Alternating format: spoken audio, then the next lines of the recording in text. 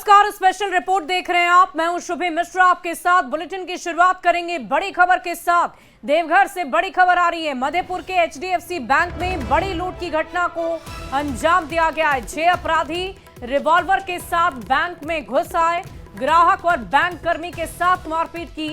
एक अपराधी हेलमेट और एक बुर्के में थे, बाकी 4 अपराधी बिना मास्क के थे। बैंक मैनेजर धीरज कुमार ने बताया कि बंदूक की नोक पर लूटपाट हुई है। लुटेरे सीसीटीवी के डीवीआर को अपने साथ लेकर चलते बने।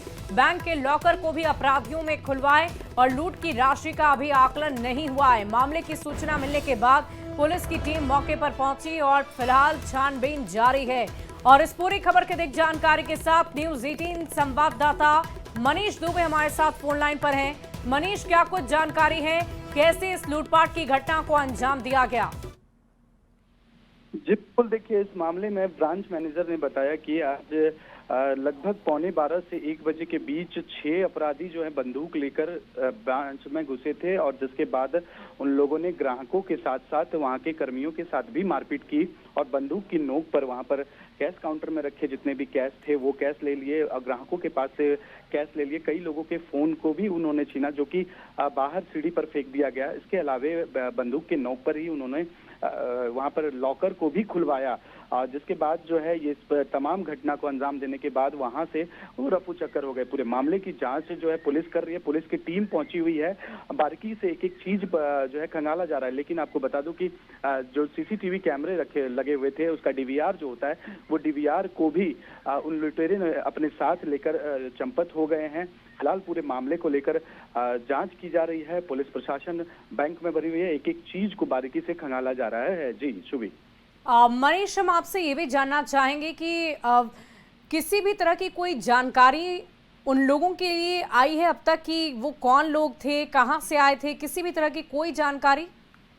जी बिल्कुल, देखिए, अभी इन लोगों के बारे में अभी पता लगाया जा रहा है। जैसा कि वहाँ पे सिक्योरिटी गार्ड या मैनेजर ने बताया कि 6 अपराधी थे और खास बात यह है कि 4 बिना नकाब के थे जिनके चेहरे साफ तौर पर दिख रहे थे। लेकिन उसमें जो 2 अपराधी थे उन्होंने एक ने हेलमेट पहन के रखा था और दूसरे ने बुर्का पहन के रखा था। तो पहचान करना शायद अभी संभव नहीं है, लेकिन जैसे ही जांच पड़ताल की जाएगी, क्योंकि बाहर के सीसीटीवी कैमरे भी खंगाले जा रहे हैं, आसपास के लोकेशन का जो सीसीटीवी कैमरा वो खंगाले जा रहे हैं, लेकिन बैंक के सीसीटीवी कैमरे लेकर वो चंपत हो गए हैं। इसमें 4 लोगों का जो है चेहरा वो साफ तौर पर देखा जा रहा था। जी मनीष, कितने की लूट हुई है, क्या इसका आकलन किसी की तरफ से किया गया अब तक?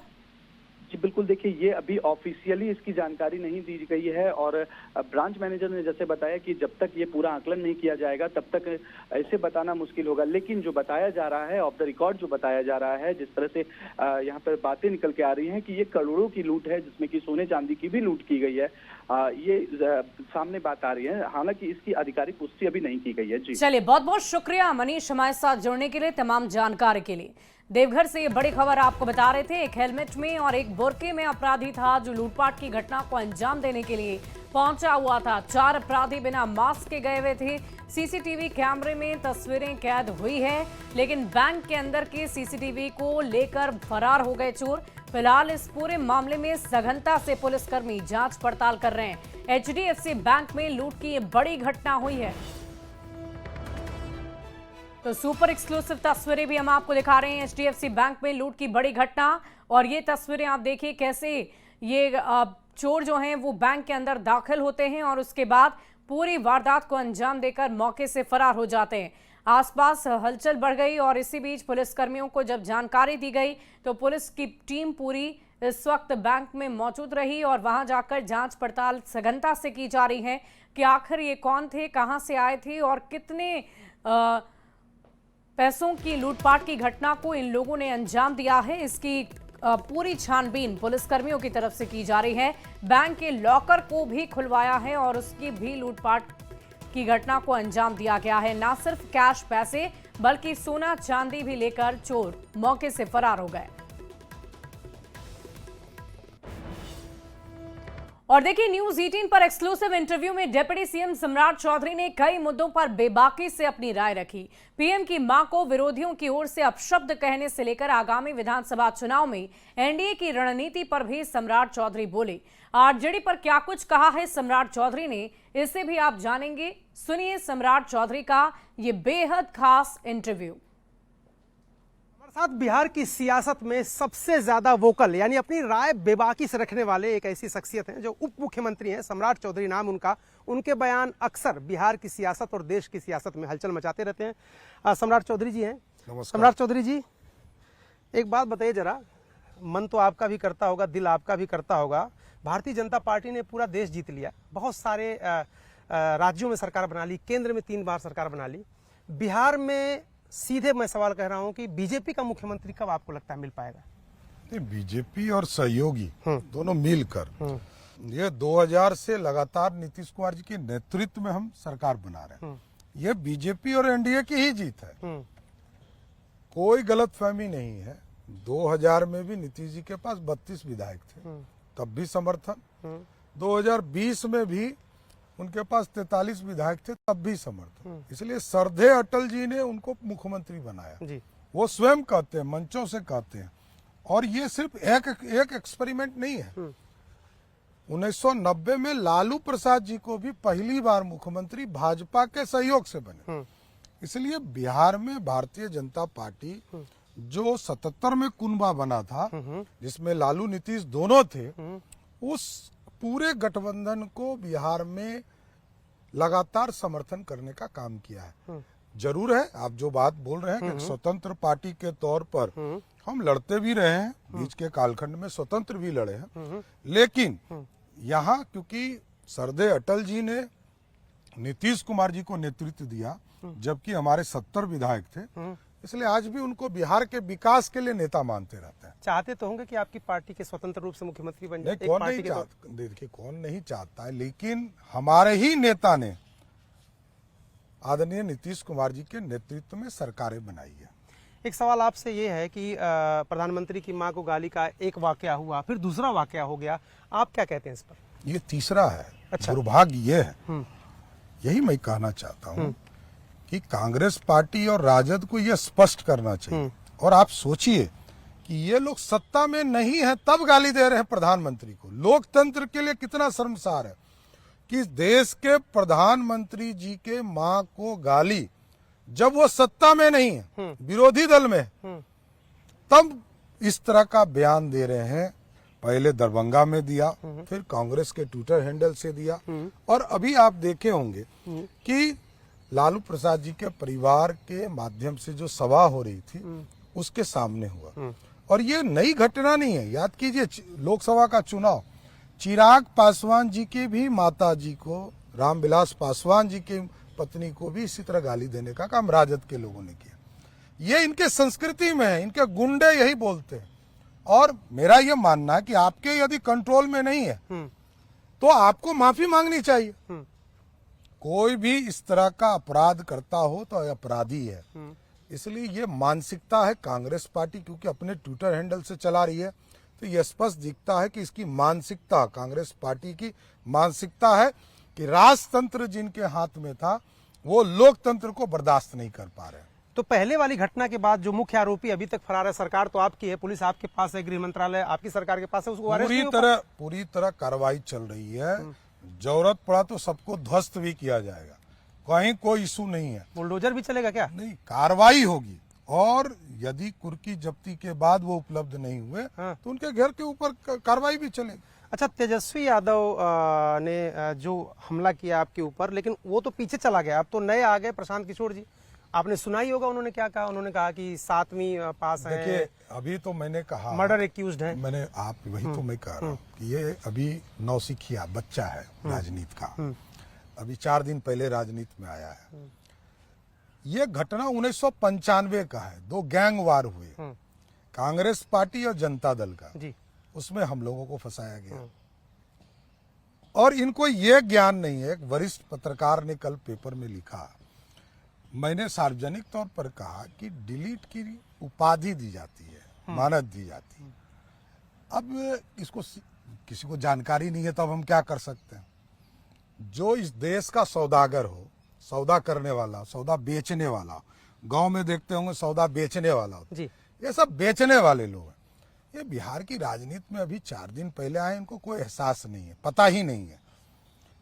मैं लोअर कोर्ट लड़ा, सुप्रीम कोर्ट लड़ा, हाई कोर्ट लड़ा, सबसे बाइज्जत बरी होकर बैठा हूं। और ये गैंगवार आपस की लड़ाई थी, हमारा अपराध से कोई लेना देना नहीं। मैंने तो एक चींटी भी नहीं मारा होगा। मैं यही कहते रहा कि यदि इस अपराध में हमको फंसाया नहीं गया होता तो मैं राजनीति में ही नहीं आता। ये मैं कह रहा हूं। ये तो 3 साल तक मैं केस लड़ता रहा, तब जाकर बाइज्जत बरी हुआ, तब जाकर मैं बिहार की राजनीति में आ पाया। तेजस्वी यादव से मैं बात कर रहा था, उन्होंने आरोप लगाया, बोला कि ये तो नीतीश कुमार को हाईजैक कर लिया बीजेपी ने। ये जो सरकार चल रही है यहाँ की रिमोट से चल रही है, और वो भी बीजेपी दिल्ली में बैठ के रिमोट से चला रही। तो पहले 1 साल पहले तक तो वो सरकार में थे। हाँ। तो वो क्या कहना चाहते हैं, पहले ये क्लियरिफिकेशन होना चाहिए कि देखिए, सत्ता के बाहर जाने के बाद लालू जी के परिवार की बोली बदल जाती है। नीतीश कुमार जी को इस देश के दुनिया में कोई हाईजैक नहीं कर सकता। नीतीश कुमार जी ने डिलीवर किया बिहार की जनता को, गांव में सड़क दिया, बिजली दिया, पानी दिया, स्कूल दिया। नीतीश जी विकास के रूप में जाने जाते हैं। विकास, एक सिस्टमैटिक विकास कैसे पहुंचे उसकी चिंता करते हैं। और आप सोचिए, जिस नीतीश कुमार जी ने पोशाक दिया, साइकिल दिया, बेटियों को पढ़ाने के लिए ग्रेजुएट होने तक पूरा मुफ्त किया, आज वही बहनों को इंडस्ट्री लगाने के लिए, कुटीर उद्योग लगाने के लिए 2-2 लाख रुपया दे रहे हैं। अच्छा, उप मुख्यमंत्री आप हैं, तो सबसे ज्यादा तो नीतीश कुमार से आप ही मिलते होंगे ना, मुख्यमंत्री उप मुख्यमंत्री। आप जरा एक बार हमेशा के लिए साफ कर दीजिए, क्योंकि उनके मेंटल हेल्थ पर वो चीजें समझ नहीं रहे हैं, भूल जा रहे हैं, अपने उसमें नहीं है, अपने दिमाग में नहीं है। बड़ा आरोप विपक्ष लग रहा है। आप ये बताइए, एकदम ठीक है, एकदम स्वस्थ है, फैसले लेने के लिए सक्षम है? लालू जी बीमारी के नाम पर जेल से छूट गए हैं, तो सबको लगता है कि दूसरे लोग इसी तरह होते हैं। एकदम पूरी तरह फिट है और बिहार की जनता के लिए काम लगातार नीतीश कुमार जी कर रहे हैं। अच्छा, नीतीश कुमार जी बिहार के लिए, जनता के लिए तो काम कर ही रहे हैं, लेकिन बीजेपी क्या स्पष्ट है? क्योंकि वो भी मजाल बीच बीच में लेते हैं, कहते हैं नीतीश का बस इस्तेमाल ये लोग कर रहे हैं। जैसे ही जीते चुनाव, नीतीश कुमार को हटा के बीजेपी अपना मुख्यमंत्री बना लेगी। आज भी नीतीश है, कल भी नीतीश है और परसों भी नीतीश। और एक चीज मैं स्पष्ट करता हूँ, 2020 में नीतीश कुमार जी ने फोन करके राष्ट्रीय अध्यक्ष नड्डा जी को कहा था कि आप अपना मुख्यमंत्री बना लीजिए, लेकिन आदरणीय प्रधानमंत्री जी ने कहा नहीं, नीतीश जी के नेतृत्व में हम सरकार बनाएंगे। इसलिए कोई कंफ्यूजन नहीं है। वो जो बीच बीच में किसी का पैर छू लेते हैं, देखिए, वो आदर पूर्वक अपने चीजों का निर्वहन करते हैं। एक सवाल ये है कि ओवैसी भी यहाँ पर आ रहे हैं, हालांकि गठबंधन उनसे नहीं कर रहे हैं। क्यों आपको लग रहा है गठबंधन नहीं कर रहे हैं महागठबंधन के लोग उनके कोई साथ? फैक्टर ही नहीं है। हाँ। देखिए, ना यहाँ कांग्रेस का रोल है, ना ओवैसी का रोल है, यहाँ लालू जी का रोल है। लालू जी की नीति चलती है और कोई फैक्टर नहीं है। सिर्फ लालू हैं जिनके पास 15-20% वोट है, इससे अधिक कुछ नहीं। कोई पॉलिटिकल आदमी नहीं है। उनके परिवार में जो कुछ हो रहा है, आपने सम्राट जी देखा होगा, तेज प्रताप यादव, आप देखिए, रोहिणी आचार्य, वो रोज बदलेगा, सरकमस्टांसेस बदलेगा। लालू जी स्वयं नेता थे, फिर राबड़ी देवी जी को बनाया, तेजस्वी को लाया, फिर तेज प्रताप जी को लाया, फिर रोहिणी आचार्य जी को लाया, मीसा भारती को लाया। अरे 2-4 दिन के बाद 2-4 बहन और कहेगी और बेटी लोग आ जाएगी। नहीं तो झगड़ा क्यों हो रहा है उनके परिवार? स्वाभाविक है, देखिए, राजतंत्र में झगड़ा ही होता है। अच्छा, लोकतंत्र में झगड़ा नहीं होता है। लोकतंत्र जनता के द्वारा चुना जाता है, राजतंत्र जहां भी होगा वहां झगड़ा होगा। ये लोग पूछ रहे हैं कि सम्राट चौधरी भी तो आरजेडी में थे, मंत्री भी थे, तो वही तो तो उस कह रहा समय हूं। क्यों नहीं कहते थे कि ये लोग गुंडे हैं, बदमाश हैं? आप क्यों कह रहे हैं? मैं तो कह रहा हूँ, मैं खुल के कह रहा हूँ। देखिए, मेरे सरकमस्टांसेस को समझिए। लालू जी को भाजपा ने समर्थन दिया, मुख्यमंत्री बनाया। जब ये एहसास हुआ कि ये आदमी भ्रष्ट है, ये आदमी करप्ट है, ये आदमी जनता की आकांक्षाओं को पूरा नहीं कर सकता है, समर्थन वापस ले। लालू जी 2013-14 में जब पहली बार पंजीकृत अपराधी हुए, हमने साथ छोड़ दिया। एक बात बताइए सम्राट चौधरी जी, आप इतने अनुभवी हैं, पता नहीं कितने मंत्रालय आपने संभाले, मैं तो देख रहा हूँ बड़ा अनुभव आपके पास, इतने मंत्रालय संभाल लिया आपने, उप मुख्यमंत्री बन गए। पूरे बिहार में नजर आपकी रहती है। सीटों का आंकड़ा क्या बीजेपी का ज्यादा बढ़ने वाला, जेडीयू का बढ़ने वाला है, या क्या आपको नजर क्या आ रहा है? 243 जीतना है, सारी की सारी सीटें जीत जाए जनता के आशीर्वाद से। नहीं 243 फोकस है और कुछ नहीं। लेकिन आप बीजेपी की टैली क्या होने वाली है? देखिए, सिंगल बीजेपी की बात कर रहा हूं। कोई पार्टी यहाँ अकेले थोड़े लड़ रहे हैं, नहीं, लेकिन अकेले सीटें तो लड़ेंगे आप तो अपने- आपको बताऊंगा। आज 243 पर एनडीए लड़ेगी और 200 पार करेगी। सम्राट चौधरी, अगर सरकार बन जाती है और नीतीश कुमार स्वास्थ्य कारणों से हो सकता है कि कहने में नहीं बनूंगा, तो सम्राट चौधरी उस रेस में है ना, क्योंकि उप मुख्यमंत्री सिर्फ उप ही तो हटाना है। नहीं, ये भारतीय जनता पार्टी है। हाँ, भारतीय जनता पार्टी का नेतृत्व तय करता है कि कौन नेता होगा, कौन उपनेता होगा, कौन अध्यक्ष होगा। मैं एक राजनीतिक कार्यकर्ता हूं, मैं इतना ही समझता हूं। पार्टी ने जो दायित्व दिया वो निर्वहन करता है। जनसुराज तो कह रही है कि बीजेपी सरकार इस बार और एनडीए की सरकार जा रही है, या तो विकल्प लालू यादव या तो जनसुराज, दो ही विकल्प है, उन्हीं में से कोई चुना जाएगा। जिस पार्टी को अपना राष्ट्रीय अध्यक्ष नहीं मिला, जिस पार्टी का नींव ही भ्रष्टाचार है, जिस पार्टी ने लूट कर पूरे देश का पैसा लाया, ब्लैक मनी के सहारे पर बिहार में राजनीति करने आया हो, ये भ्रष्टों का प्रदेश थोड़े है, ये लोकतांत्रिक प्रदेश है। आज भी देश का सबसे सस्ता चुनाव बिहार होता है, वहां ये पैसे से चुनाव खरीदने आए हैं। फुल मैनेजमेंट, इवेंट मैनेजमेंट होता है, नथिंग एल्स। तो देखिए, ये लोकतंत्र है, बिहार लोकतंत्र की जननी है। ऐसे पैसे वाले आएंगे जाएंगे, कोई कहता है 14 करोड़ ऐसे ही दे दिया। अरे तुम कौन हो? तुम उसके बेटा हो क्या? तुम भ्रष्ट आदमी हो।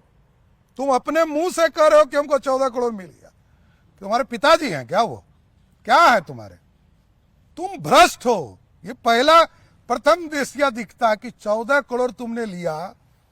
तुम दलाल हो, सौदागर हो, चोर हो, डकैत हो, क्या हो तुम? तो बताओ तो। अरे अपराधी कोई कहता है कि हम 14 करोड़ ले लिए और वो सर्टिफिकेट बांट रहा है बिहार में। हाँ, वो अरे यार, चोर के सरदार तुम। आया ट्रस्ट में पैसा, तुम कैसे खर्चा कर रहे हो? सीएसआर का फंड कोई खर्चा करता है पार्टी फंड में? अरे भाई, यही तो शर्म लगता है। कैसे लोग भी राजनीति में है बिहार में। सम्राट जी, आप लोगों ने विकास, आप लोगों का तो सुशासन नारा है, विकास नारा है। 20 साल से कमोवेश देखें 2000 के बाद से तो लगभग आप ही की सरकार, बीच में थोड़ा थोड़ा वो आ जाते हैं, लेकिन सड़कों की हालत, प्राथमिक स्वास्थ्य केंद्रों की हालत, थोड़ा सड़कों की हालत आपको नहीं लगता कि अभी भी नहीं सुधरी है? क्योंकि 80 किलोमीटर के लिए 3-3 घंटा चलना पड़ता है लोगों को यहाँ बिहार में। अभी आप नहीं तब घूमे बिहार? अभी तो मैं समस्तीपुर से आया, 3 घंटा लग गया। नहीं, आप एकदम बिहार घूमिए। हाँ, पटना से मोकामा जाने में हाँ, वो तो 4 लेन है, वो तो 1.25 घंटा लगता है। हाँ, वो तो बना है। देखिए, चीजें स्थापित हो रही है और समस्तीपुर अगले 5 वर्षों में बिहार का सबसे आधुनिक जंक्शन होगा। अच्छा, और एक नहीं, कम से कम 4 एक्सप्रेसवे उस जिले से गुजरने वाली। और स्पेशल रिपोर्ट में अभी के लिए बस इतना ही। आप बने रहे न्यूज़ 18 बिहार झारखंड के साथ।